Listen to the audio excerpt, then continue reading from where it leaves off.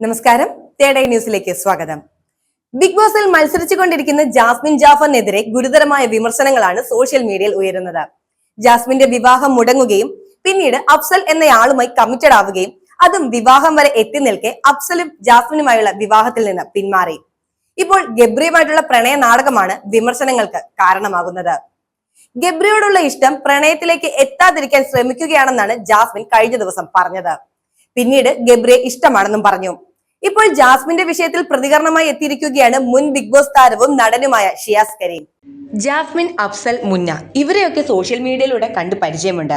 അല്ലാതെ വ്യക്തിപരമായിട്ട് ആരെയും അറിയില്ല. ബിഗ് ബോസിൽ പോയതുകൊണ്ട് മാത്രമാണ് ജാസ്മിൻ ഇത്രയും സൈബർ ബുള്ളിങ് കിട്ടിയത്. അതില്ലായിരുന്നെങ്കിൽ വ്ലോഗ് ചെയ്തും മറ്റുമൊക്കെ അങ്ങ് പോകാമായിരുന്നു. ബിഗ് ബോസിൽ പോകുമ്പോഴുള്ള ഒരു കുഴപ്പമെന്ന് പറയുന്നത് അത്യാവശ്യം ക്വാളിറ്റി ഉണ്ടെങ്കിൽ ഫാൻസ് ഉണ്ടാകും, അല്ലെങ്കിൽ പിന്നെ അവരുടെ കാര്യം പറയണ്ട.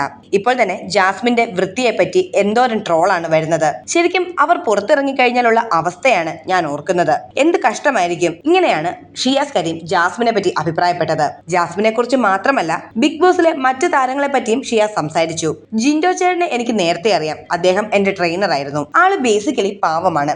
എല്ലാവർക്കും പല പല പ്രശ്നങ്ങളുണ്ടാവും. നമ്മളോടൊക്കെ നോർമലായി ഇടപെടുന്ന ആളാണ്. ബിഗ് ബോസ് കഴിയുമ്പോൾ എല്ലാവർക്കും മനസ്സിലാകും. ജിൻഡോയെ ഇഷ്ടപ്പെടുന്ന ഒരുപാട് പേരുണ്ട്. അദ്ദേഹം രക്ഷപ്പെടട്ടെ എന്ന് മാത്രമാണ് എന്റെ പ്രാർത്ഥന.